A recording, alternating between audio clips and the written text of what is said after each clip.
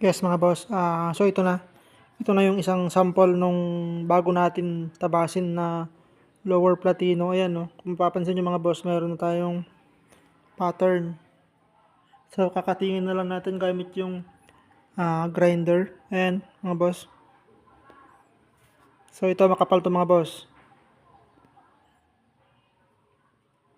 Makapal to, ayan. So ito mga boss, mas makapal ito kumpara dito sa best guard na ganito din.